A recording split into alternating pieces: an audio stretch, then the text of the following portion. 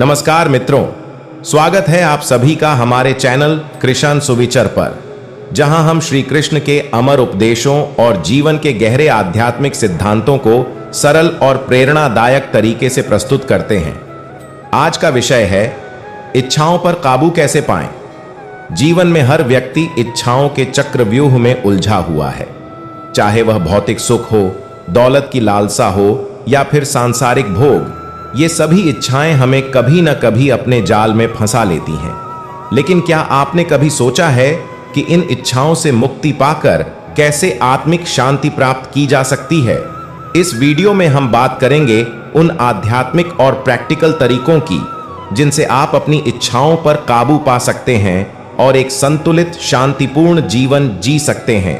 आइए श्री कृष्ण के उपदेशों के साथ इस अद्भुत यात्रा की शुरुआत करते हैं। ध्यान और मन की शांति। ध्यान से मन को शांति और स्थिरता प्राप्त होती है। जब हम अपने मन को नियंत्रित करते हैं और उसे शांति की ओर मोड़ते हैं, तब हमारी सोच स्वच्छ और सकारात्मक बनती है। ध्यान हमारे मन को नियंत्रित करने का साधन है। जब हम ध्यान करते हैं तो हमारे विचार स्थिर होते हैं और शांति का अनुभव होता है। यह हमारे भीतर की ऊर्जा को जागृत करता है और मानसिक अशांति को दूर करता है। ध्यान हमें जीवन की कठिनाइयों के बीच भी शांत रहने में मदद करता है, जिससे हम चुनौतियों का सामना धैर्य और आत्मविश्वास के साथ कर पाते हैं। आत्मनियंत्रण और इच्छाओं का प्रबंधन। सच्चा सुख तभी मिलता है जब हम अपनी इच्छाओं पर नियंत्रण रखते हैं। इच्छाओं का गुलाम बनने के बजाय अपने भीतर के आत्मनियंत्रण को मजबूत करें। इच्छाएं कभी खत्म नहीं होती, लेकिन आत्मनियंत्रण हमें इन पर विजय पाने की शक्ति देता है। जो व्यक्ति अपनी इच्छाओं पर नियंत्रण पा लेता है, वह सच्चे सुख का अनुभव कर सकता है।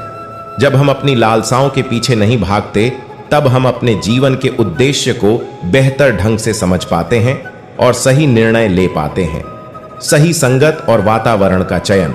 जिस तरह का वातावरण और संगत हम चुनते हैं, हमारा जीवन उसी दिशा में बढ़ता है। सकारात्मक संगत और वातावरण से हमारी उन्नति होती है। हमारा वातावरण और संगत हमारे सोचने और व्यवहार करने के तरीकों पर गहरा प्रभाव डालते हैं। यदि हम ऐसे लोगों के साथ समय बिताते हैं जो सकारात्मक और प्रेरणादायक हैं, तो हमारा मन भी वैसा ही बनता है। सही संगत चुनने से हमें अपने आध्यात्मिक और मानसिक विकास में मदद मिलती है। आध्यात्मिक विकास और स्वयं पर ध्यान केंद्रित करना। आध्यात्मिक मार्ग पर चलने से हम अपने अंदर की गहराइयों को समझ पाते हैं। स्वयं पर ध्यान केंद्रित कर हम अपनी ऊर्जा को सही दिशा में लगा सकते हैं।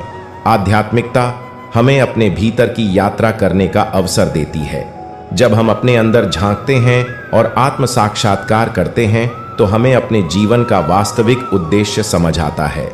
आत्मचिंतन और स्वयं पर ध्यान केंद्रित करने से हम बाहरी दुनिया के शोर से मुक्त होकर अपने सच्चे रूप से जुड़ सकते हैं। व्यर्थ की चीजों से ध्यान हटाना। छोटी छोटी और तुच्छ चीजों से अपने ध्यान को हटाकर उन कार्यों पर ध्यान दें जो आपके विकास में सहायक हों। समय और ऊर्जा का सही उपयोग करें। हमारा मन आसानी से तुच्छ और क्षणिक चीजों में उलझ जाता है, लेकिन यदि हम अपने ध्यान को सार्थक उद्देश्यों और कार्यों की ओर केंद्रित करें, तो हम जीवन में अधिक सफलता प्राप्त कर सकते हैं। हमें उन चीजों को छोड़ना सीखना चाहिए जो हमारी उन्नति में बाधा डालती हैं और जो वास्तव में महत्वपूर्ण नहीं है। संतुलित जीवन शैली अपनाना। जीवन में संतुलन बनाकर चलना बहुत आवश्यक है। काम, परिवार और आत्म उन्नति के बीच सामंजस्य बनाएं, ताकि आप हर क्षेत्र में सफलता पा सकें। जीवन में संतुलन बनाए रखना बेहद जरूरी है। जब हम अपने काम, परिवार, स्वास्थ्य और आत्म विकास के बीच सामंजस्य स्थापित करते हैं, तो हमारा जीवन सुखद और संतोषजनक होता है।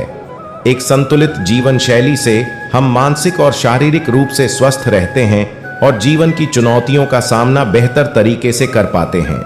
ध्यान और योग के माध्यम से मानसिक स्थिरता प्राप्त करना। ध्यान और योग न केवल शारीरिक स्वास्थ्य के लिए आवश्यक है, बल्कि यह मानसिक स्थिरता और शांति भी प्रदान करता है। इसका नियमित अभ्यास करें। ध्यान और योग केवल शारीरिक व्यायाम नहीं है, बल्कि यह मानसिक शांति और स्थिरता के प्रमुख साधन हैं। नियमित योग और ध्यान से हम अपने विचारों को नियंत्रित करना सीखते हैं और मानसिक शांति प्राप्त करते हैं। यह हमें जीवन की हर परिस्थिति में शांत और स्थिर बनाए रखने में मदद करता है। भक्ति और आत्मज्ञान। भक्ति से हमें अपने वास्तविक स्वरूप और ईश्वर के करीब जाने का मार्ग मिलता है। आत्मज्ञान से हमें समझ आता है कि हम वास्तव में कौन हैं। भक्ति का मार्ग हमें आत्मज्ञान की ओर ले जाता है। जब हम भगवान या किसी उच्च शक्ति की भक्ति करते हैं तो हम अपने जीवन के उद्देश्य और अपने आत्मा के वास्तविक स्वरूप को समझने लगते हैं। भक्ति और आत्मज्ञान से हमें जीवन में स्थिरता और दिशा मिलती है। सही सोच और सकारात्मक विचारधारा। सकारात्मक सोच जीवन में नई ऊर्जा और आशा का संचार करती है। अपनी सोच को सही दिशा में मोड़ें और सकारात्मकता को अपनाएं। हमारी सोच हमारे जीवन की दिशा तय करती है। सकारात्मक सोच से हम न केवल अपनी समस्याओं का हल ढूंढ सकते हैं बल्कि जीवन में नई संभावनाओं का सृजन भी कर सकते हैं। सही सोच और सकारात्मक विचारधारा हमें चुनौतियों के बीच भी आगे बढ़ने की प्रेरणा देती है। इच्छाओं की अस्थिरता को समझें। इच्छाएं स्वभाव से क्षणिक होती हैं। जब आप समझ जाते हैं कि कोई भी इच्छा स्थायी सुख नहीं दे सकती तो आप उसे त्यागने में सक्षम होते हैं। एक इच्छा पूरी होने के बाद दूसरी इच्छा जन्म लेती है और यह चक्र अनवरत चलता रहता है। श्री कृष्ण ने गीता में कहा है कि इच्छाओं का स्वभाव अस्थिर और क्षणिक होता है। जब एक इच्छा पूरी होती है तो दूसरी जन्म ले लेती है और इस अंतहीन चक्र में हम अपना सच्चा सुख खो देते हैं। लेकिन कृष्ण का उपदेश हमें सिखाता है कि इच्छाओं पर विजय पाकर ही हम वास्तविक आनंद और शांति को प्राप्त कर सकते हैं। सोचिए, जब हम अपनी इच्छाओं पर नियंत्रण पाते हैं तो हमारे पास क्या होगा?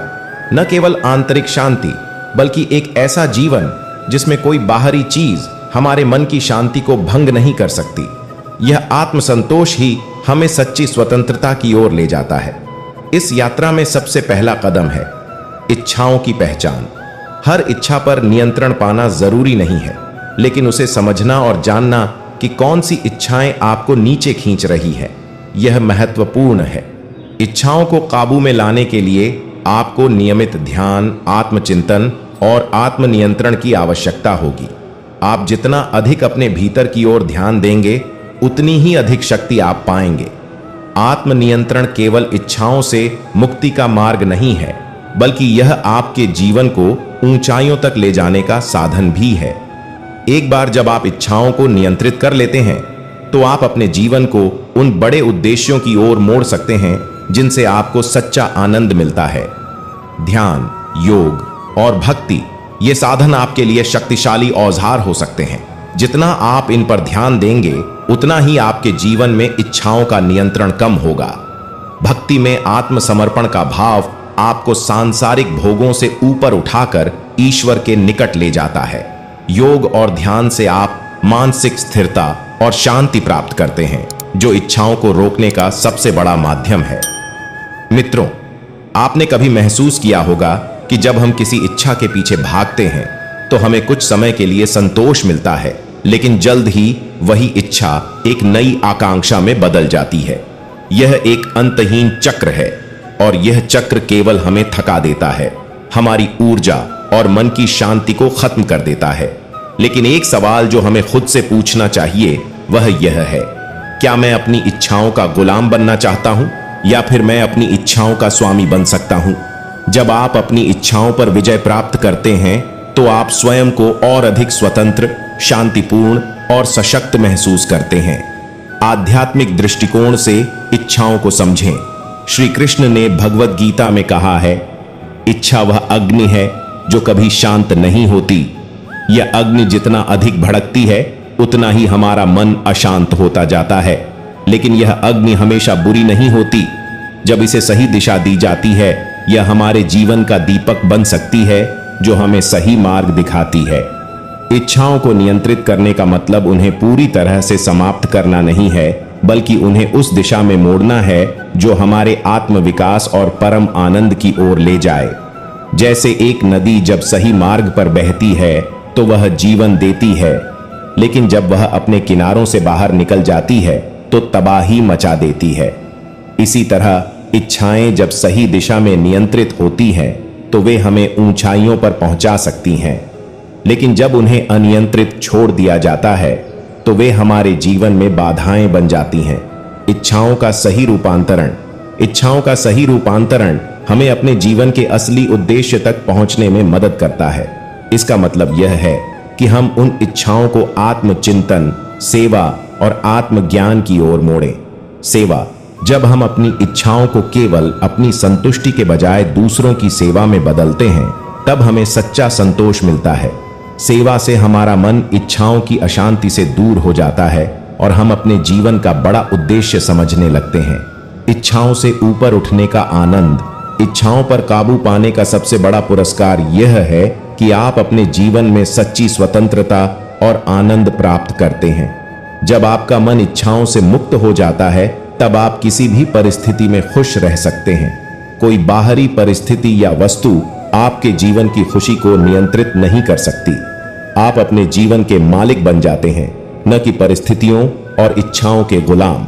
कृष्ण के उपदेश हमें यह सिखाते हैं कि इच्छाओं को जीतने वाला व्यक्ति सबसे शक्तिशाली होता है। जब आप अपनी इच्छाओं पर विजय प्राप्त कर लेते हैं तो आप एक नई ऊर्जा और शांति महसूस करते हैं। यही सच्ची विजय है, स्वयं पर विजय, इच्छाओं पर विजय। अंतिम प्रेरणा, मित्रों, अपने भीतर झांकें और सोचें कि क्या आपकी इच्छाएं आपको नियंत्रित कर रही हैं या आप उन्हें नियंत्रित कर रहे हैं। जो लोग इच्छाओं के नियंत्रण में हैं, वे कभी स्थायी सुख नहीं प्राप्त कर सकते, लेकिन जब आप इच्छाओं से ऊपर उठते हैं, तब आप सच्ची शांति, स्थिरता और आंतरिक संतोष का अनुभव कर सकते हैं। यह जीवन की असली विजय है, आत्मविजय। तो आज से ही एक नया संकल्प लें कि आप अपनी इच्छाओं को नियंत्रित करेंगे और अपने जीवन को आत्मज्ञान, सेवा और ध्यान के माध्यम से श्रेष्ठ बनाएंगे। यही जीवन का असली उद्देश्य है, यही सच्ची सफलता है। धन्यवाद मित्रों, आपने इस वीडियो को अंत तक देखा, इसके लिए हम हृदय से आभारी हैं।